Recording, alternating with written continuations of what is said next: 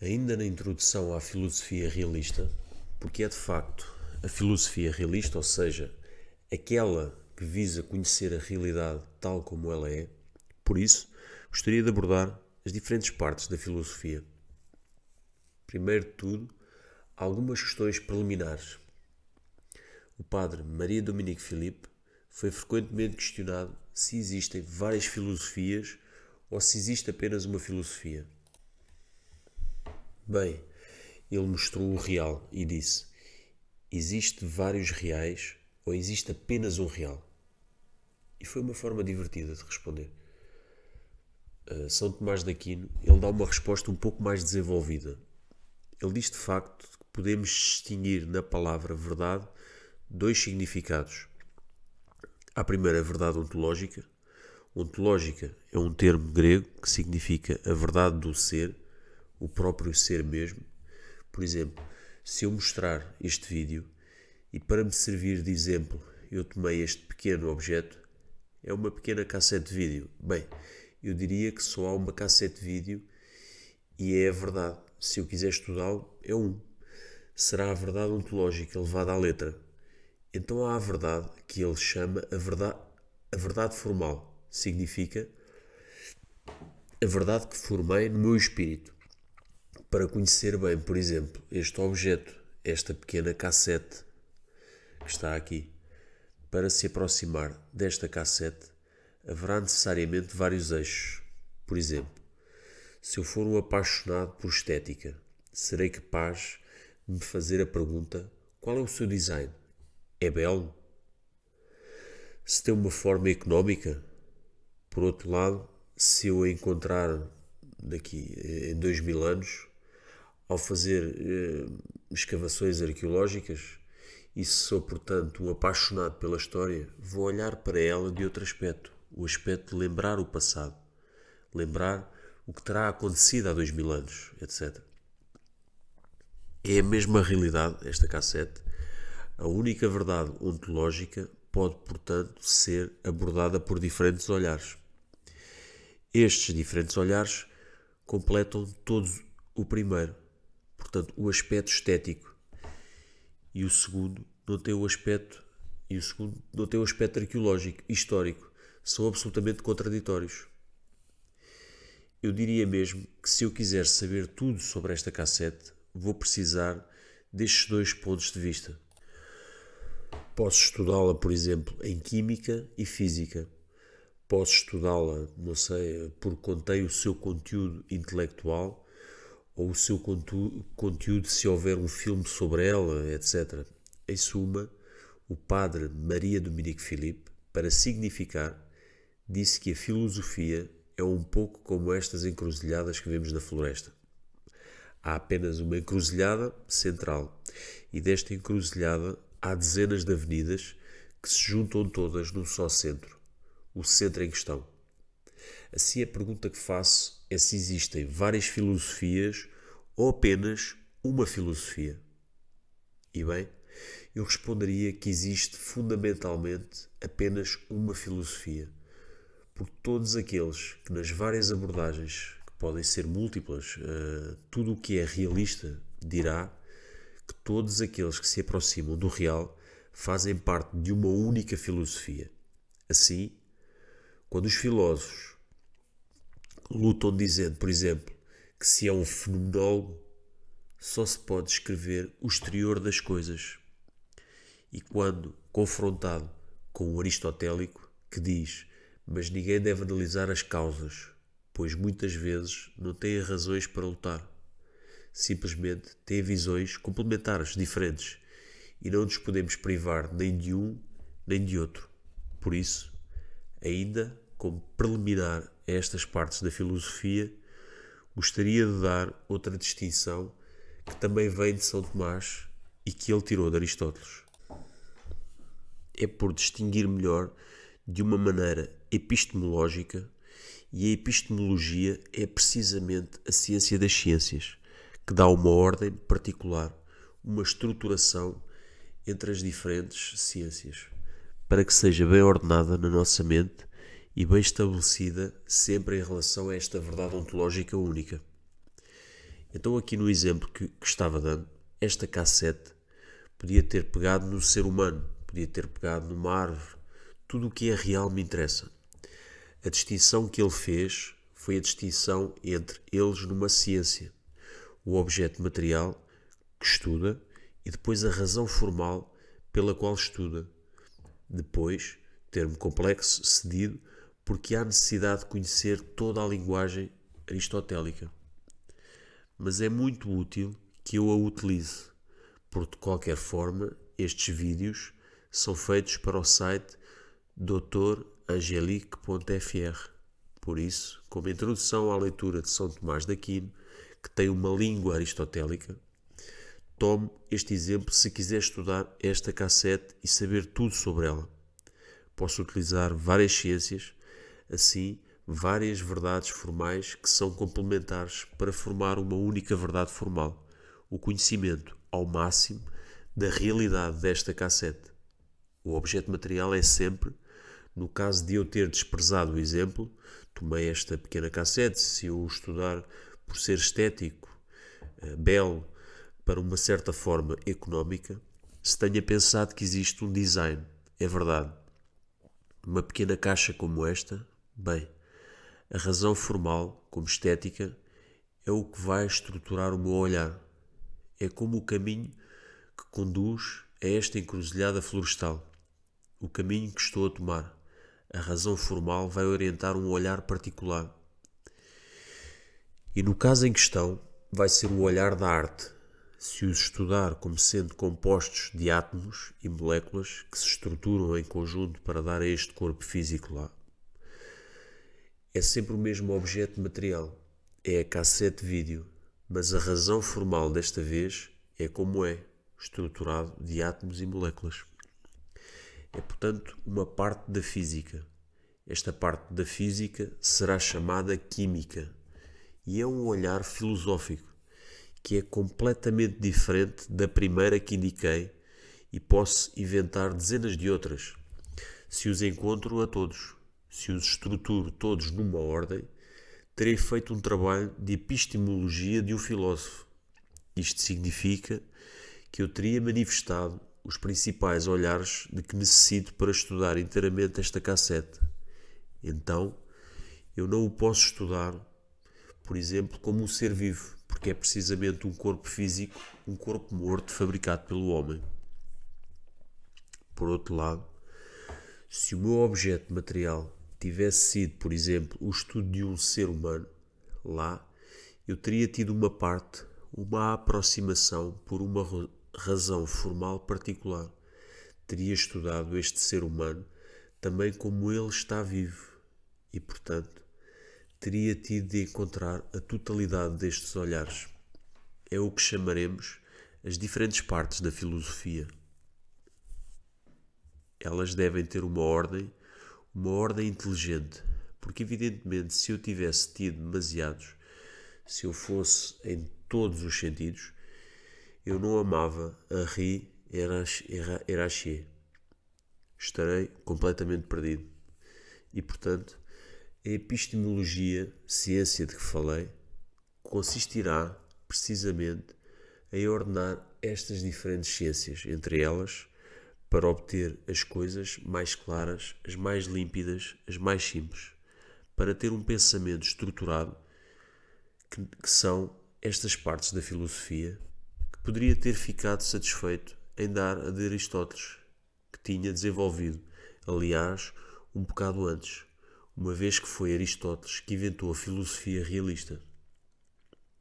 No entanto, Aristóteles estudou as coisas que existem há mais de 2000 anos e, entretanto, as coisas progrediram verdadeiramente. E, como eu disse, que o único mestre do filósofo é o real. E bem, se dados particulares permitem ir mais longe no conhecimento do real, eles devem ser acrescentados. E bem, a síntese de tudo o que tinha trazido, eu encontrei numa encíclica do Papa João Paulo II, que é chamada A Luz da Verdade. E sim, estabelece o seguinte: é também um grande filósofo, João Paulo II. Ele diz que na realidade há 3 tipos de fenómenos. certos fenómenos ocorrem o tempo todo da mesma forma a 100%.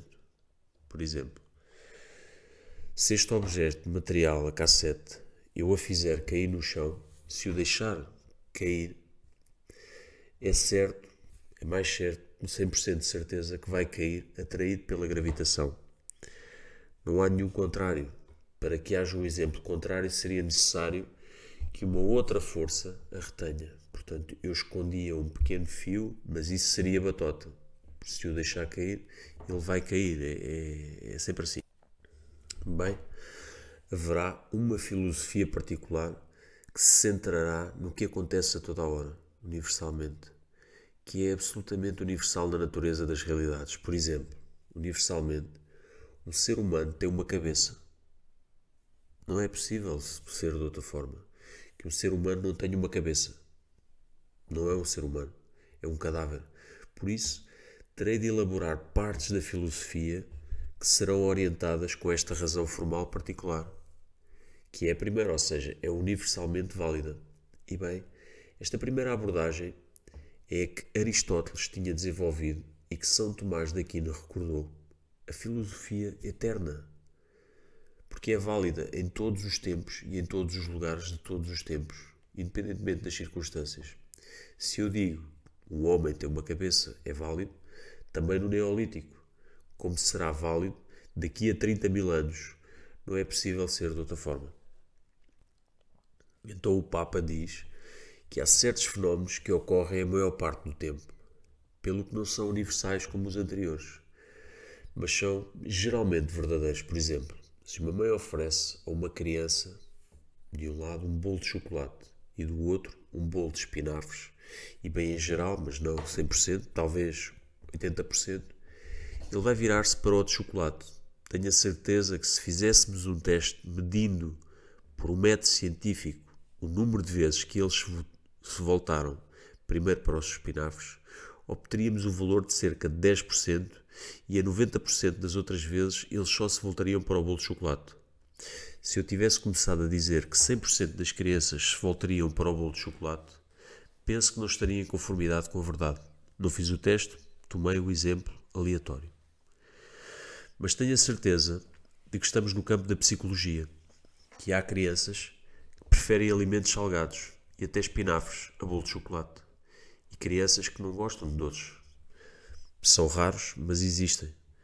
E, portanto, isto faz parte dos fenómenos que ocorrem a maior parte do tempo em geral. Ferramentas matemáticas, como estatísticas e probabilidades, mas não funciona de todo como o primeiro. O primeiro domínio, nomeadamente o domínio que ocorre 100%, como a queda deste corpo. Se eu o largar, então haverá necessariamente uma segunda abordagem da realidade, uma vez que a realidade é assim, uma abordagem segundo esta razão formal particular, que completará a primeira, que não se lhe oporá de todo. E esta abordagem afeta principalmente os campos da psicologia humana, sociologia e política. E por isso, normalmente tendemos a chamar-lhe mais de filosofia prática, mesmo que durante algum tempo em física pareça que este tipo de probabilidade de fenómenos, que não ocorrem a 100%, tenha sido introduzida pela física quântica. Mas em todo o caso, tanto quanto sei, é precisamente o campo humano e talvez mesmo o animal que será afetado por isto, porque existem diferenças particulares. Também o vemos nos animais. Os cães, que descendem dos lobos, podem morder. Há cães que nunca morderão e cães que podem ser torturados em todos os sentidos. Podemos deixá-los divertirem-se com isso, mas eles nunca darão uma dentada se lhe fizermos mal. Eles vão empurrar, gritar e chorar. E bem, esta coisa existe. Portanto, a psicologia animal, ela mesma em si, não ocorre 100% da mesma forma.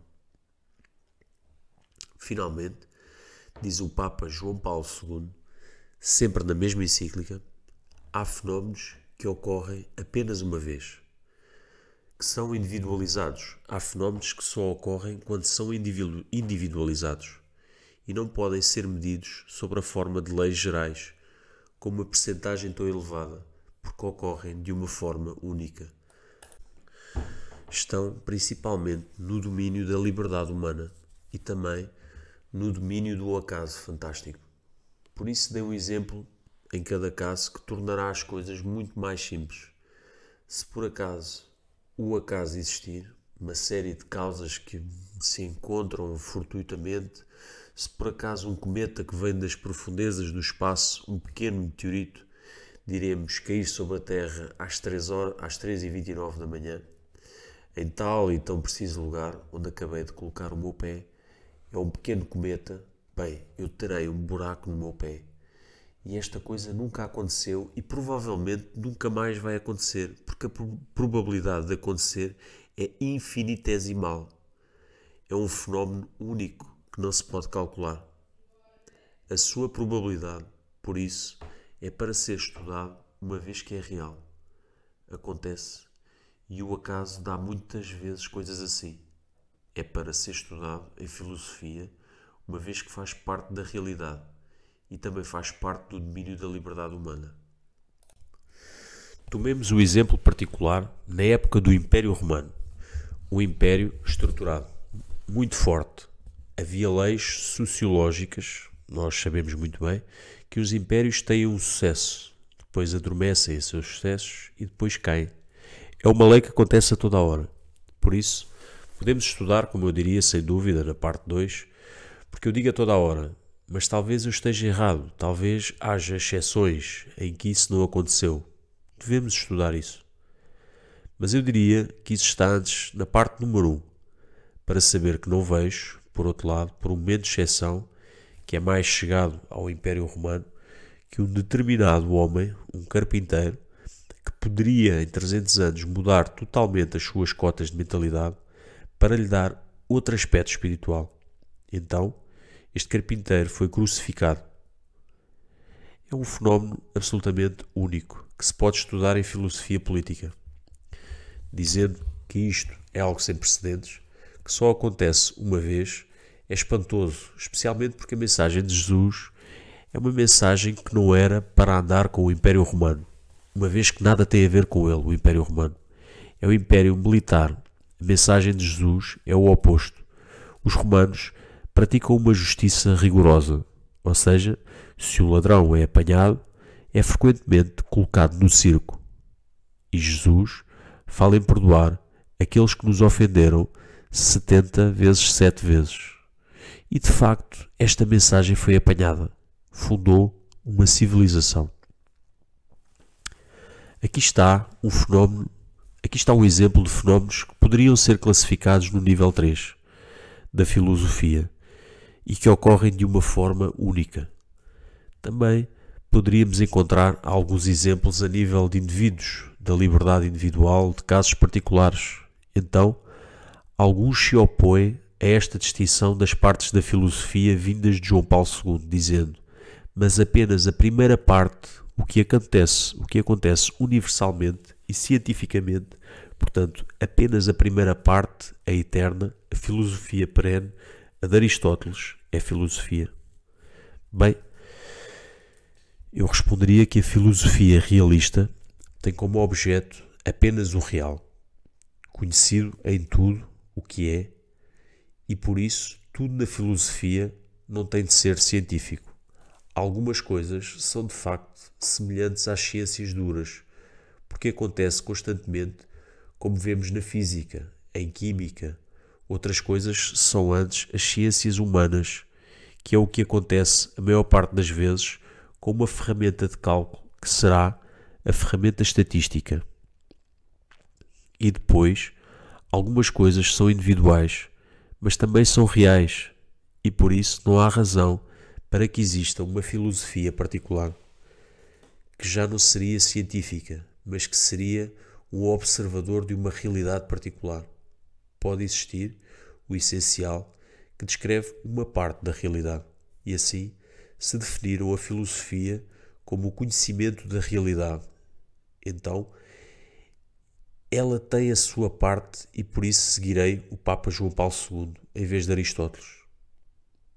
No entanto, a distinção que João Paulo II faz não se opõe absolutamente à de Aristóteles. Contenta-se a integrá-la e a integrar as contribuições dos outros filósofos que vieram ao nosso tempo e que desenvolveram outras abordagens. Portanto, agora serei capaz, de acordo com estes 3 olhares particulares, de dar às partes da filosofia, começando assim pela filosofia perene, portanto, a dos fenómenos universais, e aquela que tinha desenvolvido o filósofo Aristóteles, e depois tentarei desenvolver nas partes uma filosofia mais prática, que se prende com o fenómeno real. O que acontece em geral, enfim, partiu de uma filosofia do particular para o que é a filosofia perene. Então a filosofia do universal, eu acho que nada melhor foi inventado como estruturante do que aquele que foi inventado por Aristóteles. E por isso vou limitar-me a relatar aqui a forma como o meu mestre, o padre Maria Dominique Philippe, apresentou-nos na época. Por isso, evidentemente, dei-lhe a minha própria volta. Mas não importa, é a mesma coisa. Quando quero estudar a realidade, que a última análise não é a pequena cassete de vídeo que mostrei que nos interessa, mas o homem, quando quer estudar o que está universalmente presente no homem, bem, em primeiro lugar, desde que olho para ele, tenho de me apegar a algo que faz com que sem isso nada exista. O que é o primeiro, o que é fundamental, ao ponto de não haver nada que possamos dizer é que estamos vivos, que nos movemos. É verdade que o ser humano que não estaria vivo não tem nada, e bem, na verdade, há algo ainda mais fundamental do que é o facto de existirmos, em oposição ao facto de não ser. Esta primeira filosofia, vemos bem, sem existência nenhuma, vida existe. Uma distinção. As pedras, por exemplo, existem, mas não estão vivas. Existem realidades vivas, talvez não saibamos, o que não teria um corpo se o espírito humano sobre a vida após a morte. E a filosofia pode interrogar-se bem sobre isso. Teríamos efetivamente uma realidade que não tem um corpo e que sobreviveu. Por isso, para existir, é algo fundamental. E Aristóteles, esta filosofia lá, ele chamou de filosofia primeira. Depois, um bibliotecário da Idade Média classificou este livro muito complexo, onde se falava de substâncias, de essências, de atos, de ontologia, etc. Não sabemos muito como o entender. Classificou depois da física e assim o levou a chamar metafísica. O que vem depois da física.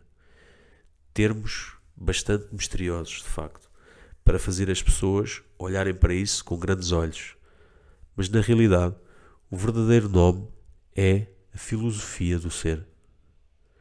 Por isso, se retira a distinção que usei, todas as suas razões formais, objetos materiais, o objeto material desta filosofia é tudo o que existe, desde a pedra, o sapo, passando pelo homem, mesmo que seja o homem em primeiro lugar que nos interessa. Mas a razão formal é que se estuda o que existe, como existe, por oposição ao facto de não ser. O que é preciso fazer é saber exatamente o que é o ser, o que nos faz ser, qual é a finalidade do facto de ser, para que possamos ver que estas questões parecem bastante subtis. De qualquer forma, não tocam o sentido prático, como o faria, por exemplo, a filosofia política ou a filosofia ética. E é por isso que, mesmo que seja fundamental para compreender pedagogicamente as bases do ser humano e outras realidades, é frequentemente desenvolvida por último, depois dos jovens filósofos terem sido formados para coisas mais simples, como o estudo da vida, etc. Mas, finalmente, aqui está a primeira parte da filosofia, a metafísica, da filosofia do ser. Depois disso, uma vez que a realidade tenha sido estudada, descobrimos que todas as realidades que nos rodeiam e que podemos tocar através da experiência, assim, pelos 5 sentidos Todas elas têm um corpo que nunca reparamos à nossa volta. Duas realidades que não teriam um corpo de realidade independente e autónomo. Se houvesse talvez um esconderijo, e portanto a segunda parte desta filosofia, que estudará o que é a filosofia eterna, universalmente verdadeira, será o que Aristóteles chamará a física, é a filosofia da matéria. Não estuda apenas o ser humano, mas antes de mais o ser humano. É isso que é interessante. O facto de termos um corpo material que pode cair de uma janela, por exemplo, e que tem as mesmas propriedades quando cai como uma pedra, com a gravitação ali existente. Quando um corpo humano cai, já não é um ser vivo. Passa por ele, é movido por uma força que o excede. Não quer mover-se em todas as direções. Não será capaz de parar a queda, se não se agarrar a um parapeito, e bem esta física desenvolvida nesta parte da filosofia é única. Por isso, como objeto material, tudo o que existe, mas desta vez a razão formal será tão corpórea como um corpo. Aristóteles desenvolveu todo um tratado de física, através do estudo das propriedades dos corpos, o que faz com que a água se comporte sempre da mesma maneira, e muito diferente do poço de petróleo. Ele encontrará um princípio unificador que a natureza mesmo da água, e em seguida a natureza dele, era diferente. No entanto, neste campo, houve um enorme avanço. Aristóteles, é necessário recordar que ele tinha apenas a experiência e os seus raciocínios. Nós, atualmente, temos ferramentas, o telescópio, o microscópio, etc. E temos também as experiências que Aristóteles não tinha descoberto na sua época. Tanto assim, que as partes desta física são as que estudam a matéria. São enormemente desenvolvidas pelas ciências modernas. Mas todas as partes que estudam a matéria, assim como as partes nuas, pertencem à física. Finalmente, poderia dizer-se que a filosofia física é como um chapéu, um grande chapéu, que cobre dentro dela outras ciências, cujas razões formais são mais precisas. Exemplo mais restrito: se eu estudar a matéria como está estruturada sob a forma de onda luminosa, é de facto matéria, e restringir o objeto material a ondas de luz, se as estudar medindo-as com uma ferramenta matemática, obtenho uma ciência que faz parte da física, que se chama ótica. Mas se estudar a matéria que desta vez é composta de átomos e moléculas, vou permanecer lá, o meu objeto material, porque desta vez estou mais preocupado com as ondas e ouço sempre o mesmo. Consigo medir esta matéria por uma ferramenta matemática. E bem, obterei a física moderna das partículas, mas também a química quando estudar a forma como estes átomos estão estruturados, sob a forma de moléculas. Em suma, para cada ciência da matéria, e são imensas, posso restringir o meu objeto material a uma parte particular do que existe sob a forma de matéria. E também restringir a minha razão formal a uma metodologia particular, a que chamaremos ciências positivas. Portanto, as ciências modernas, todas aquelas que estudam esta matéria, com um instrumento matemático, uma medida quantitativa, e por isso produziram frutos extraordinariamente interessantes. Porque se verifica que, concretamente, esta matéria funciona eficazmente, de acordo com uma ordem matemática, e que a melhor ferramenta para as estudar é a física, a química, a óptica, a física nuclear. Todas estas matérias fazem parte da filosofia. Esta parte da filosofia que Aristóteles chamou de física filosófica. A resposta é sim. Ela utiliza bem durante os seus estudos, portanto, o conhecimento real da matéria. O estudo dos corpos materiais estuda de acordo com uma razão formal que utiliza as forças naturais da inteligência humana. Nunca se verá um físico usando a revelação de um Deus que lhe explicaria o que é um átomo. Ele se serve da sua razão. Trata-se da definição da filosofia, que estuda toda a realidade sem exceção, mas na medida em que é acessível às razões formais e às forças naturais da inteligência, enquanto que a teologia católica, por exemplo, estudará todo o real, é verdade, mas com a razão formada seguinte, que é revelada por Deus e que diz respeito à salvação. Não é, portanto, de modo algum, a mesma forma de observar as coisas. Por isso, pode-se dizer que a ótica, a física, a química, etc., são partes da física aristotélica, da física filosófica. São desenvolvimentos modernos e mantiveram o mesmo realismo que eu tinha com Aristóteles na sua época, com ferramentas, obviamente, completamente diferentes. Voilà. Assim, aqui está a segunda parte da filosofia perene. Já disse tudo sobre o real? Não. Agora notamos na realidade um outro nível de ordem, que é completamente irredutível à ordem daqueles que amam de forma passivamente, como os corpos físicos.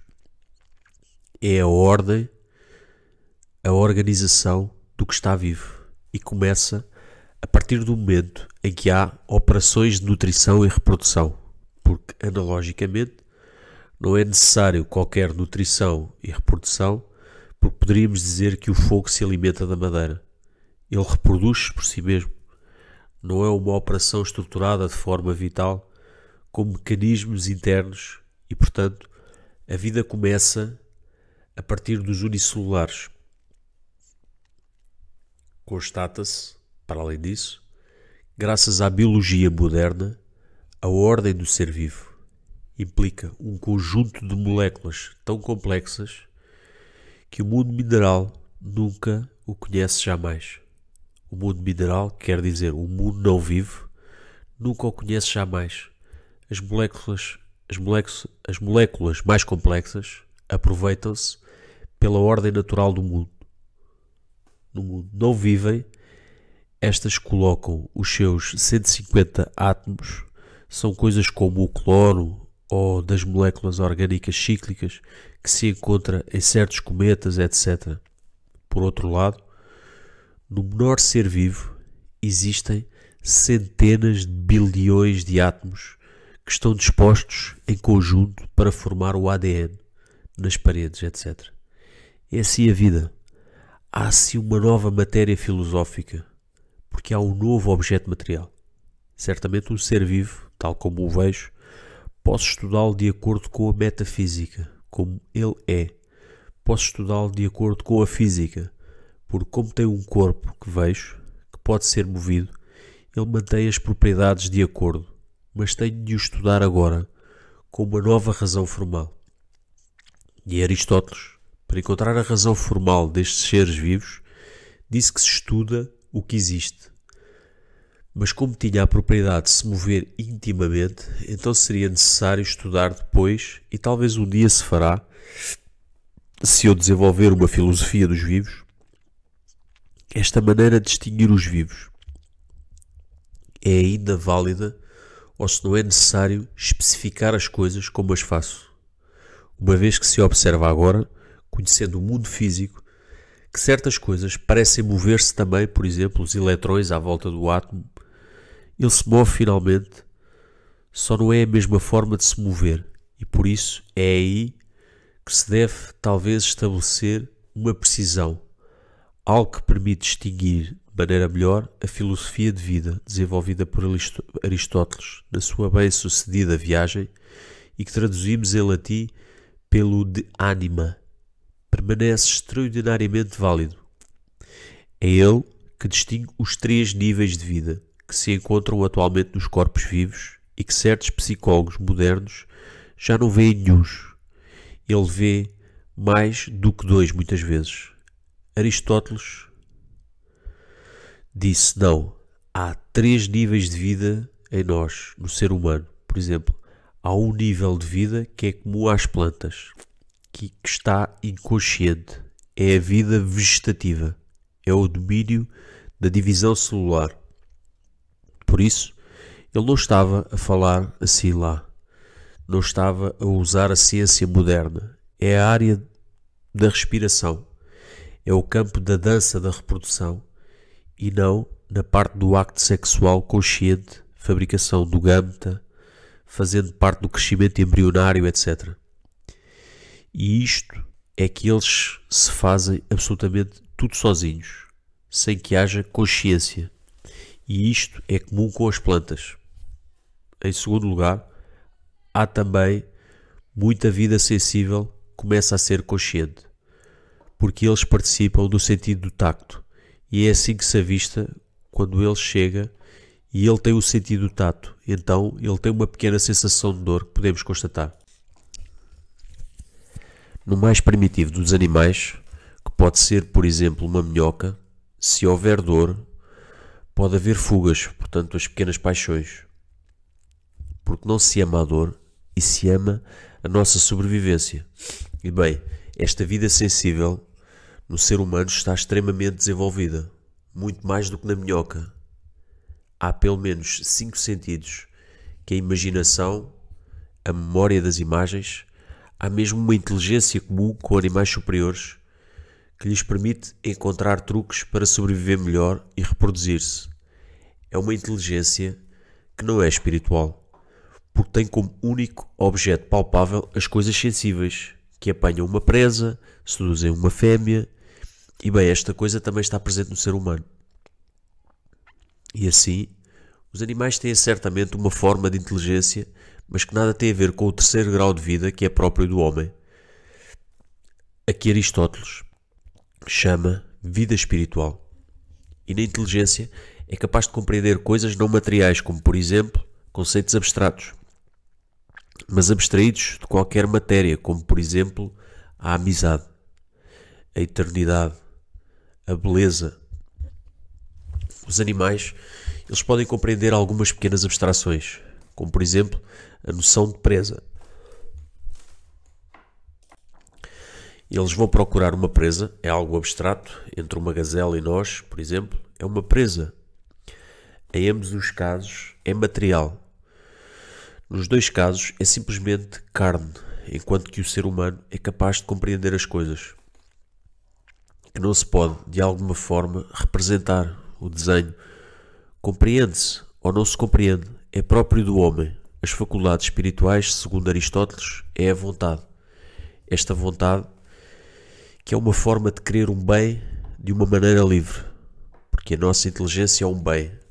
É, portanto, uma forma de poder amar, porque é este ativo, é concreto, para além dos sentimentos. Apenas porque isso é bom. E é por isso que vemos seres humanos capazes de ir além do seu bem-estar para cuidar de uma pessoa deficiente, por exemplo, que não lhe dá qualquer prazer, mas porque isso é bom, porque nunca vamos abandonar essas pessoas deficientes. Nos animais, este amor lá tem um limite. A sobrevivência do grupo é abandonada se a fêmea de um animal for ferida e que já não pode voar, por exemplo, quando é o caso dos casais inseparáveis, como o albatroz. Em um dado momento é abandonada para o mal sair. Por isso, há 3 graus de vida.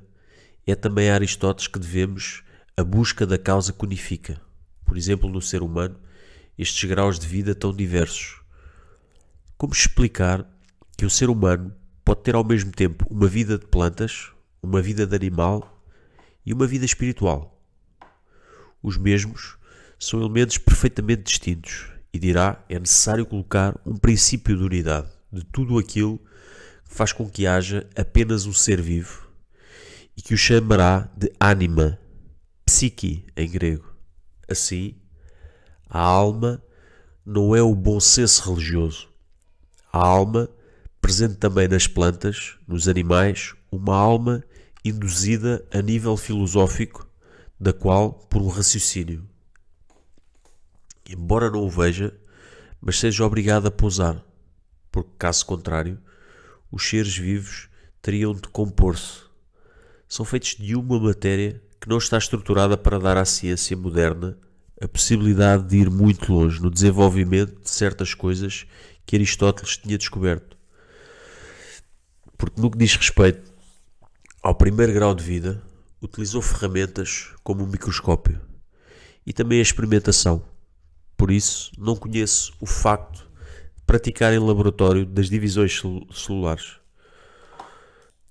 O facto de fazer transplantes para observar ainda melhor do que no seu tempo começa a funcionar, e porque esta biologia moderna, com todas as suas subpartes neurológicas, esta biologia moderna aproxima-se realmente de uma parte da realidade com este mesmo espírito de Aristóteles.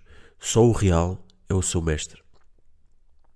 Bem, podemos dizer que faz parte da filosofia dos vivos. Desenvolverá muito o lado da matéria, é o seu truque. A ferramenta matemática funciona principalmente ao nível da matéria, mas irá mais longe, por exemplo no estudo da vida sensível, ou seja, a psicologia, a sociologia moderna, que trará enormemente assim o estudo das probabilidades que tornam possível ver em 100 casos quantos uma pessoa reagirá de certa maneira e não como aquele. Aristóteles, na sua época, pela experiência o sabia, mas não podia dar números como estes. Assim podemos dizer que o instrumento estatístico permitiu dar uma espécie de certeza. Este é o campo das sondagens, uma certeza relativa, porque sabemos muito bem que a pergunta feita também influencia a resposta.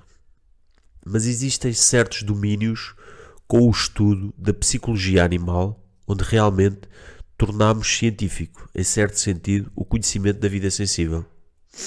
Por isso, existe uma verdade a provar, mesmo que Aristóteles permaneça absolutamente válido, porque as distinções que fizeram, distinguindo as faculdades pelo seu objeto, distinguimos a imaginação pelo facto de poder criar uma nova imagem, da memória das imagens, pelo facto de manter nela uma imagem que foi vista anteriormente. E a imaginação usa a memória para criar novas imagens, pelo que o objeto, não sendo o mesmo, distinguirá as faculdades aristotélicas. Bem, esta parte é absolutamente válida e por isso faz parte da filosofia única dos vivos.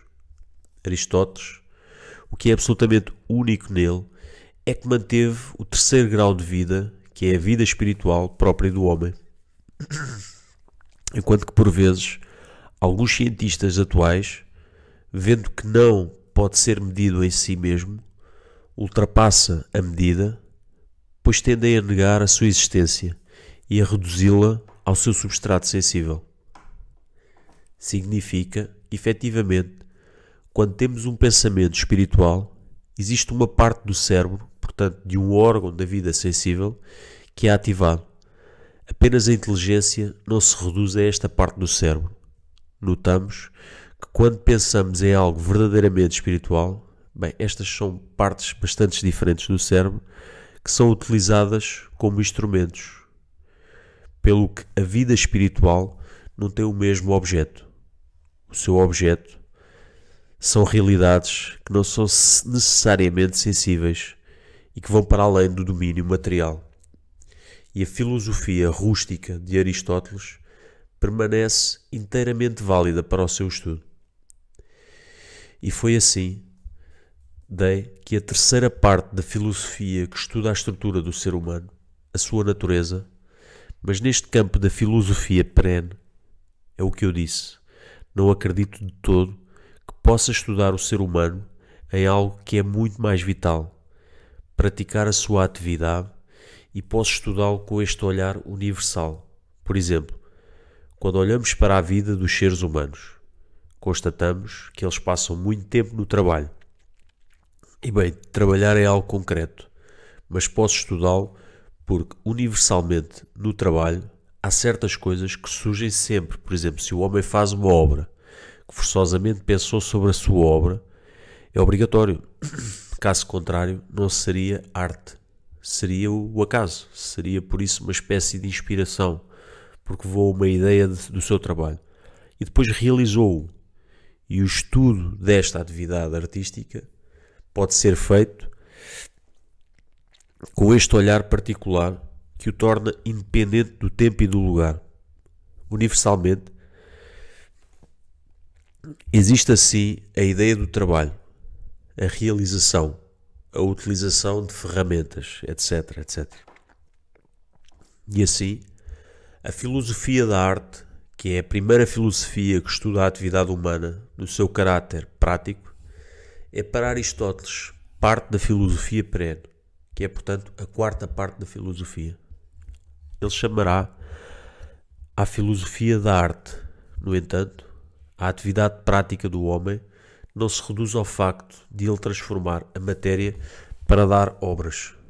Quando eu digo que a matéria é todo o tipo de matéria, não é necessariamente matéria, no sentido do barro para fazer uma estátua. Também pode ser para trabalhar intelectualmente. E neste caso, a matéria é o pensamento. Há na atividade do homem a relação com outras pessoas, com um comportamento que deve ser ético. A palavra ética é a palavra grega para significar a palavra moralidade. Atualmente, vemos os jornalistas que dizem que não estou em moralidade, estou em ética na realidade. É a mesma coisa. Exceto que ética é a tradução grega da palavra latina da moral. Mas o que está presente na palavra ética é que desta vez já não estamos no comportamento de um homem em relação à transformação de uma obra, mas estamos no comportamento de um homem em relação a outro homem. É que nas relações humanas há vários níveis. Este outro homem pode ser um vizinho, ele também pode ser um amigo, mas qualquer que seja a relação que eu tenha com o outro homem, há uma série de comportamentos humanos que se repetem universalmente, tanto no período neolítico, quer há 10 mil anos, por exemplo. Se vamos ver um vizinho, é porque temos uma intenção moral, quando está relacionada com uma relação com ele. Se vamos ter uma discussão com ele, temos de escolher a forma de abordar as coisas. É a escolha de certos meios éticos. Não podemos abordar as coisas de forma violenta, diretamente. Se o fizer, arrisca-se a arranjar problemas. Falo com muita delicadeza. E assim, há uma série de virtudes. Virtude da prudência, virtude, como direi, da força, virtude da temperança, virtude da justiça. São as 4 virtudes cardeais que Aristóteles tinha desenvolvido, que intervirão em todas as relações humanas. Virtude da prudência, virtude da força, virtude da temperança, virtude da justiça. Não nos vamos comportar de forma prudente com um vizinho irascível, como com um vizinho que é nosso amigo há muito tempo. E por isso esta filosofia ética foi desenvolvida por Aristóteles, num livro que ele chama A Ética a Nicomaco, que o padre Maria Dominique Philippe ele concretizou muito bem.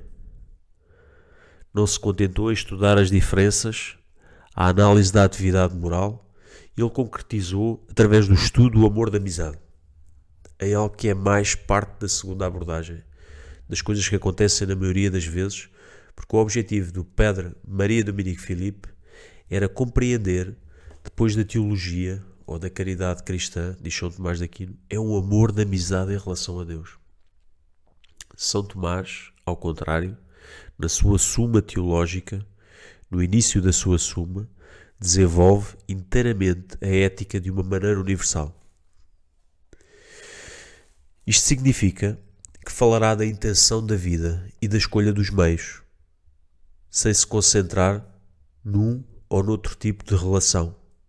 Não falará particularmente da amizade, uma vez que a tensão da vida pode intervir em todas as relações, sem exceção. Por isso, é muito mais abstrato como abordagem. É menos agradável e compreendo que o padre Maria Dominique Philippe nunca o desenvolveu, porque se pode tornar as coisas muito mais simples, tornando-as concretas. Pelo que esta é a 5ª parte da filosofia perene. Esta 6ª parte da sua vida, o homem não tem apenas relações com uma matéria que transforma. não tem apenas relações éticas com outras pessoas que o rodeiam. Vive em comunidade. E há diferentes níveis de comunidade. E bem, esta vida comunitária pode ser a família, pode ser a cidade, pode ser o Estado, pode ser o globalismo. Mesmo que Aristóteles não tivesse desenvolvido esta parte lá, é chamada de filosofia política. Há uma maneira de lidar com a política de uma forma universal. E Aristóteles fez-se exceder, porque de facto podemos ver que é muito mais simples lidar com ela de uma forma concreta. Portanto, estudando diferentes sistemas de constituição, diferentes estruturas da família, que não ocorrem universalmente, mas a maior parte do tempo, sobretudo a estrita justiça. É verdade, poderia haver uma forma de estudar a política de maneira universal. Por exemplo, compreenderíamos que universalmente qualquer comunidade é estruturada em torno de um bem comum.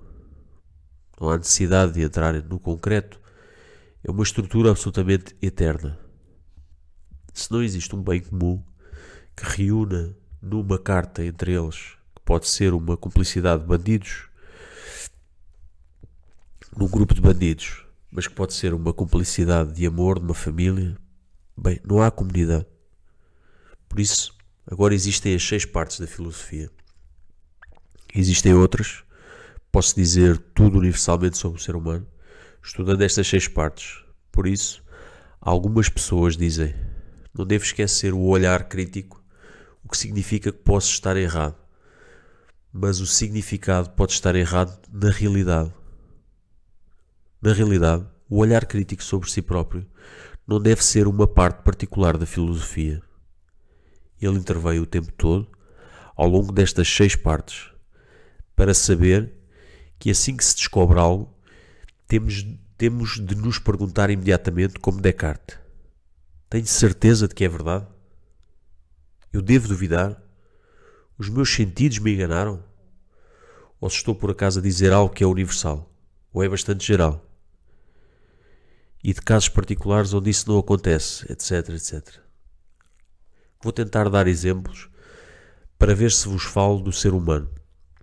Se tomar o exemplo de um assunto em filosofia como o estudo da morte, posso estudar a morte inteiramente através das suas 6 partes de filosofia. E então, posso estudá-la em metafísica, porque a morte quebra o meu ser. Posso estudá-la em física, porque na morte há uma decomposição do cadáver. Por isso, há efeitos químicos, é então estudado. Posso estudá-la em filosofia dos vivos, porque a morte vem para destruir a minha unidade de vida. A vida biológica desaparece, a vida sensível desaparece, a vida espiritual jovem estamos descobrindo mais. Posso estudá-lo em filosofia da arte, porque em torno da morte existe toda uma arte funerária que se desenvolve para honrar os mortos, de modo a não o enterrar como um cão. Posso desenvolvê-la em ética, porque a morte vem para quebrar uma relação que eu tenho com outra pessoa. Não consigo vê-la, não consigo comunicar com ela e, finalmente, há uma abordagem na política, porque a morte põe finalmente um fim a cada geração e mesmo que não falemos sobre isso em certas épocas, ela apresenta-se a toda a hora. Tenho dito tudo com evidências sobre muitas coisas, porque me apeguei aos 6 grandes fundamentos da filosofia. No entanto, constata-se que falta um, extremamente importante. E cada homem se pergunta necessariamente para saber se sobrevive à morte. É que parte de mim não é a parte biológica, uma vez constato que está morto, e não a parte sensível, constato que o cérebro está morto. É que uma parte de mim que sobrevive do outro lado e, portanto, confrontado com esta questão que se chama sabedoria, a questão da sabedoria, a questão que no final é a única que interessa fundamentalmente ao ser humano. Compreendo que me falta uma parte da filosofia. Esta parte da filosofia poderia ser chamada metafísica, mas o termo já foi tomado para a filosofia primeira. É por isso que é melhor referir a sabedoria, que se coloca as 3 questões que no ponto de partida da humanidade interessam ao homem quem sou eu profundamente, de onde eu venho profundamente, para onde eu vou profundamente após a morte. É verdade que estas são as 3 questões de uma sabedoria, que são próprias do ser humano e que o fazem na sua angústia nascer para o religioso. Porque o animal, se na sua vida vegetal sensível completa, significa que se ele tem comida e se tem o seu pequeno grupo de animais à sua volta de acordo com a sua natureza, ele pode viver para sempre sem se fazer estas perguntas. Ele está feliz. Por eu estar a observar um cão, no outro dia ele é amado pelos seus donos. Ele tem de comer, tem uma fêmea de uma área e pode dormir todo o dia. Ele não tem ansiedade alguma e tenho a certeza que se a vida deste cão se prolongasse eternamente, ele estaria eternamente no presente feliz. Este não é o caso do ser humano. Se dermos a um ser humano o suficiente para comer, uma família que o ama, ele pode ser feliz durante algum tempo e depois, com o tempo que passa e os dias que se reproduzem, mesmo que seja o ser humano que seria o melhor para cuidar do mundo, depois de um certo tempo ele se perguntará o significado de tudo isto para que seja próprio do homem. Então Aristóteles desenvolve uma parte da filosofia pelo seu próprio raciocínio. Não se trata de um modo algum de lidar com os deuses gregos e, portanto, com a revelação da opinião dos homens religiosos do seu tempo. Ele estuda em filosofia 2 questões. Podem ser provadas que o espírito humano sobrevive à morte?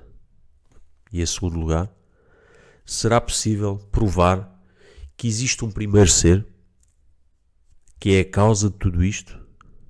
Pelo que se coloca a questão de saber de onde vêm todos estes seres. A causa eficiente, concretamente, daqueles que são criados, vêm do nada?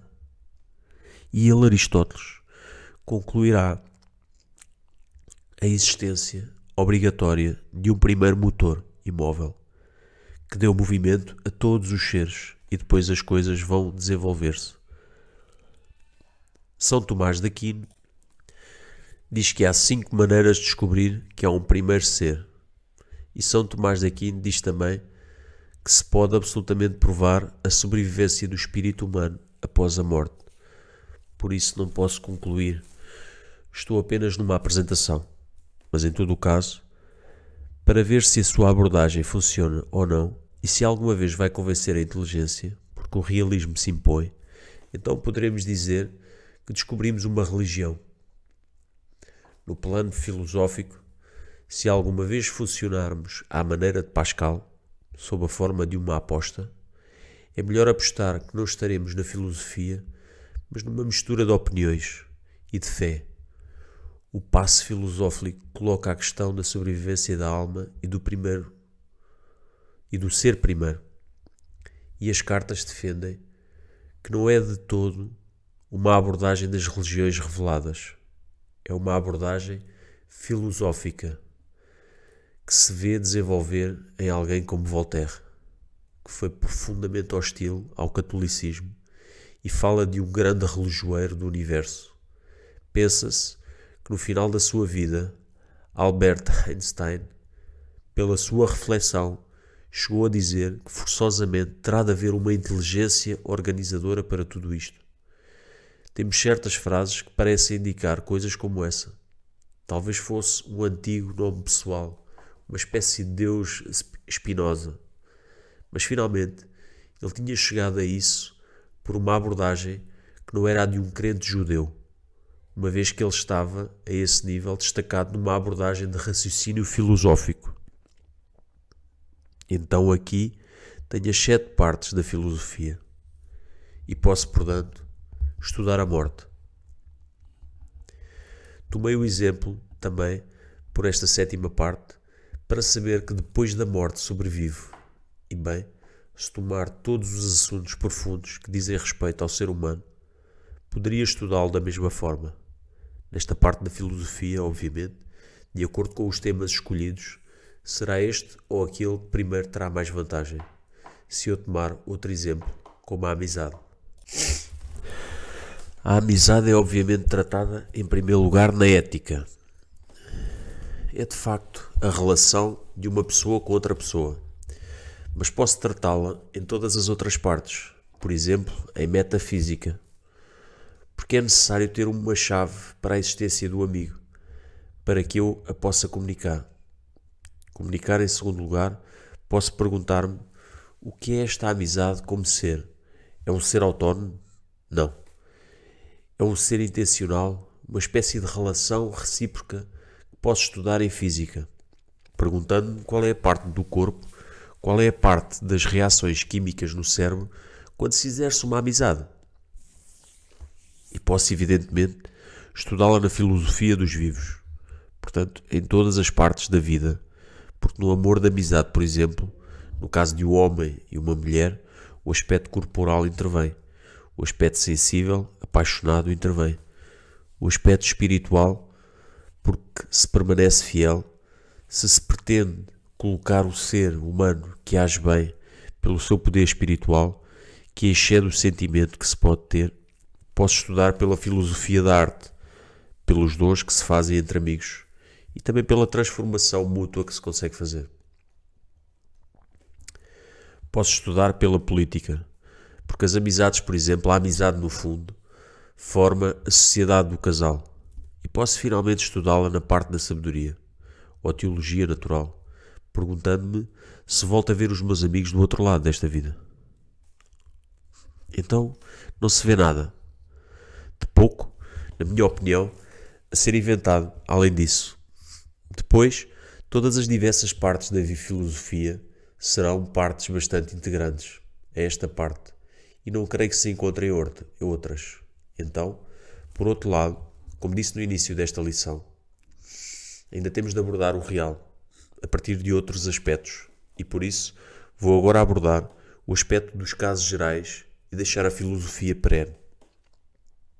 Perguntar-me como posso estudar a realidade quando ela não acontece a 100% das vezes e que ocorre a maior parte do tempo. Desta abordagem do real, nós compreendemos imediatamente. É muito mais prático, é muito mais útil no concreto da vida. E é por isso que vamos chamá-lo de filosofia prática. A filosofia precedente é uma filosofia contemplativa, que serve para conhecer em vista de conhecer em primeiro lugar. Enquanto que aqui estamos antes num conhecimento com vista à ação concreta. E, portanto, forçosamente, aqueles que intervêm primeiro e o que foi estudado primeiro foram precisamente os 3 domínios da vida prática do homem, ou seja, a arte, a ética e política. Contudo, a razão formal vai ser um pouco diferente da parte anterior. Não olhamos para o que é universal, por exemplo, na filosofia da arte, mas analisamos as coisas muito mais concretamente. Por exemplo, se tomarmos um bom artista, analisaremos mais concretamente como desenvolvem, a partir da intuição, da inspiração do seu trabalho, as dificuldades que se poderão encontrar nos casos particulares de várias esculturas, de pintura artística e assim por diante. Também se poderá olhar para a arte utilitária. Por isso, o ofício que também transforma uma obra, mas desta vez já não é em vista da beleza, mas em vista da utilidade. Da mesma forma que no que é ética, portanto as relações das faces das pessoas face a outras pessoas, abordando assuntos que são muito mais concretos. E desta vez o estudo do amor da amizade, com o seu caminho, mas mais estudada no que é eterno, permanente nas amizades, mas estudado em circunstâncias muito mais concretas, através da integração do campo da psicologia. Estudaremos também o desenvolvimento habitual no amor da amizade. Por exemplo, o amor da amizade de um homem e de uma mulher passa habitualmente por uma série de fases, mas nem sempre é este o caso. Numa paixão intensa, se o amor nasce por ocasião de uma grande paixão, nem sempre é assim. Há amores que nascem por escolha e casamentos da razão.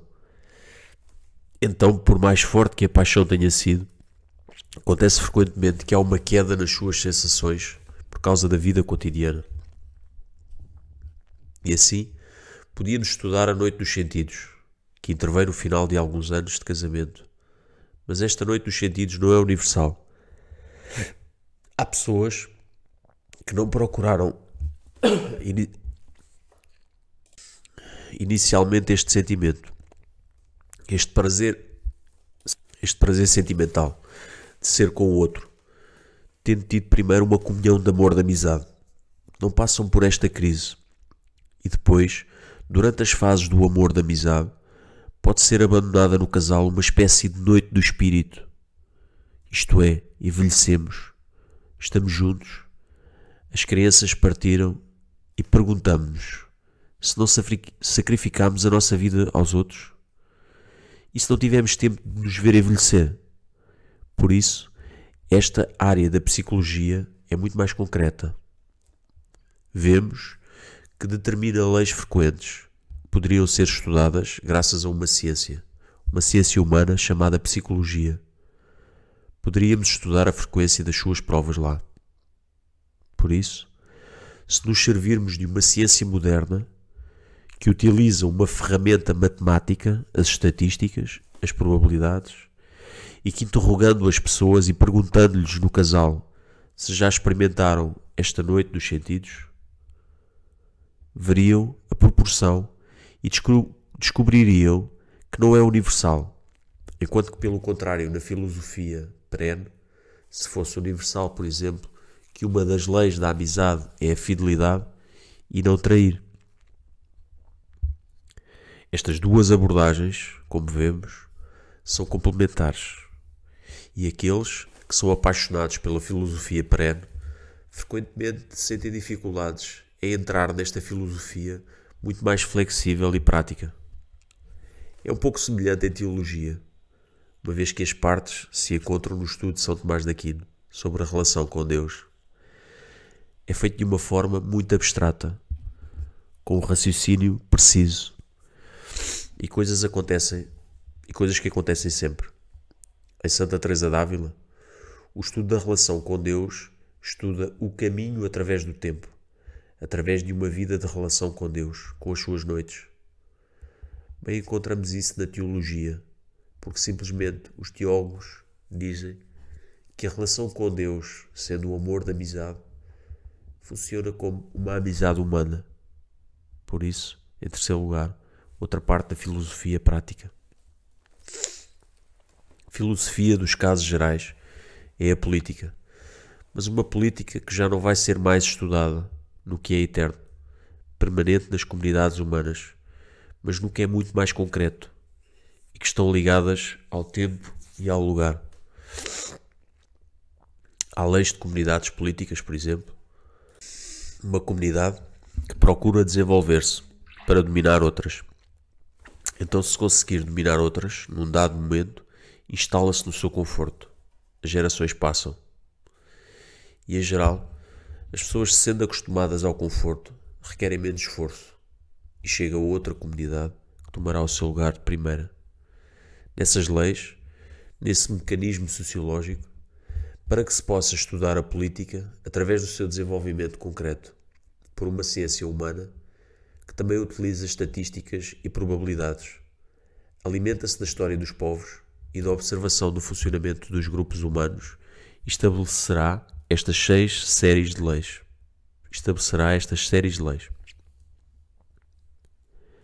Esta filosofia prática é muito menos utilizável em partes como a metafísica, como a física e como a filosofia dos vivos. É de facto muito mais fácil estudar estes domínios lá na filosofia perene, porque estes domínios são muito mais estruturados, muito mais universais no seu funcionamento do que as partes que acabo de descrever. Portanto, há um certo lugar para esta filosofia de casos gerais nestes domínios, de facto na metafísica. Podemos colocar-nos a questão como um ser, o que é que este ser humano se torna o estatuto metafísico destas coisas que passam. porque nem sempre ocorrem da mesma maneira, mesmo na física. Há uma maneira de estudar certos fenómenos que não ocorrem sempre da mesma maneira. E estamos a integrar numa física de pequenas partículas, de partículas subatómicas, uma lei como a das probabilidades. Da mesma maneira, na filosofia dos vivos, há um certo lugar para os casos gerais, por exemplo, na reprodução de espécies. Em geral, funciona bem, mas há espécies que têm a probabilidade de desaparecer, porque o seu modo de funcionamento, ao nível da reprodução, é demasiado aleatório. Não ocorre sistematicamente. Ocorre com mais frequência e, portanto, por vezes não ocorre de todo. Além disso, no decurso da evolução das espécies, algumas desaparecem e este não é o fim habitual. A finalidade habitual de uma espécie é não desaparecer, não ser devorada por outra. Por isso, o que acontece de tempos em tempos, bem, é um domínio que não é universal, mas que está ligado nesta parte da abordagem que temos de estudar como casos gerais. Então, eu tinha dito na introdução que há uma terceira categoria de seres, que é o que se produz de uma forma particular, apenas uma vez. E aí chegamos à realidade das coisas. Quando olho para uma pessoa humana, podemos dizer que a sua história é certamente única. Certamente numa pessoa humana há aspectos universais. Concluo, como disse, toda a pessoa humana tem, por exemplo, uma cabeça. Há leis gerais, por exemplo. Cada pessoa humana, normalmente, aspiram a relações humanas. Todos não. Alguns são solitários e depois há os casos especiais. Por exemplo, eu sou fruto das circunstâncias da minha infância e de compreender realmente a personalidade.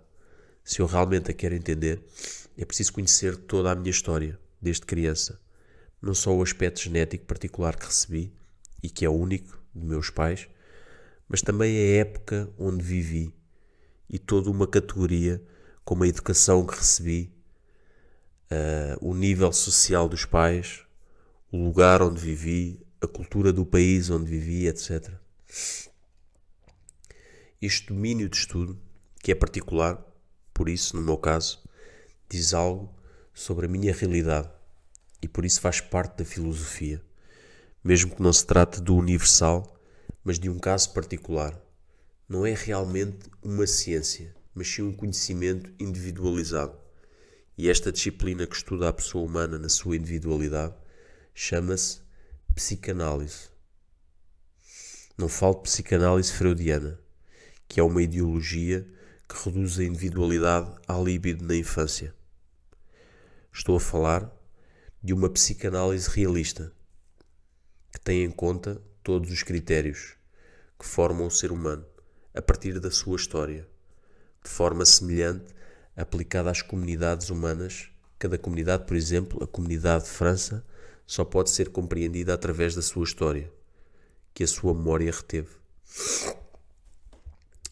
Se eu quiser compreender o que dizem, o que caracteriza a França em particular e o que a diferencia da Valónia, por exemplo, que fala a mesma língua, bem, eu tenho de olhar para a história. Na Valónia temos um rei desde o início. Na França, desde 1789, temos um rei e matamos o rei. E isso tem uma influência extraordinária na forma de considerar as coisas. O povo francês é muito mais revolucionário, muito mais resmungão, muito mais iconoclasta face às suas elites do que o povo da Valónia. E, portanto, a Valónia é uma peça histórica, pode-se dizer, que a França. E bem, para conhecer perfeitamente toda a história de uma comunidade, é necessário recuar muito mais. A memória não se deve contentar, por exemplo, como é o caso neste momento, para estudar a Segunda Guerra Mundial. Ela deve ser completa, incluindo os ecos pré-históricos que podem ser encontrados, porque as suas raízes pré-históricas são uma influência.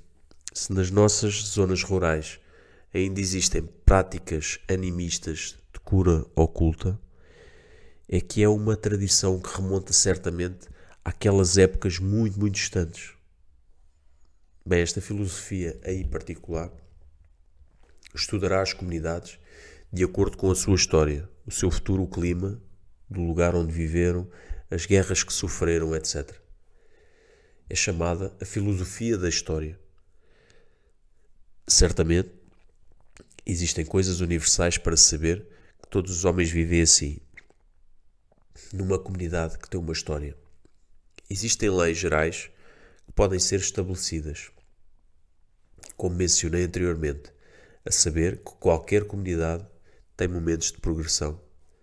Existem leis gerais que podem ser estabelecidas, como mencionei anteriormente. Qualquer comunidade tem momentos de progressão e momentos de decadência, e depois há o aspecto particular de tais comunidades. Aristóteles, para fazê-lo, partindo da experiência, tinha estudado muitas constituições das cidades de Atenas. O seu objetivo era encontrar a melhor constituição, de modo a fazer uma espécie de filosofia perene. Somente, se quiser ser realista, é necessário voltar à realidade, para constatar que, dependendo dos povos, tal constituição não funcionará. Certas pessoas têm uma maturidade particular para ter um rei, e outras pessoas não apoiam isso. Então existe, certamente, outras abordagens, dezenas de outras abordagens, mas esta lição, por muito curta que seja, mostra um pouco como a realidade é constantemente o nosso mestre e que não devemos desprezar nenhuma das abordagens, o que foi descoberto depois de Aristóteles, bem como o que o próprio Aristóteles descobriu, sendo o objetivo, como sempre, saber o que nos interessa apenas em filosofia, ou seja, o conjunto inteiro da realidade.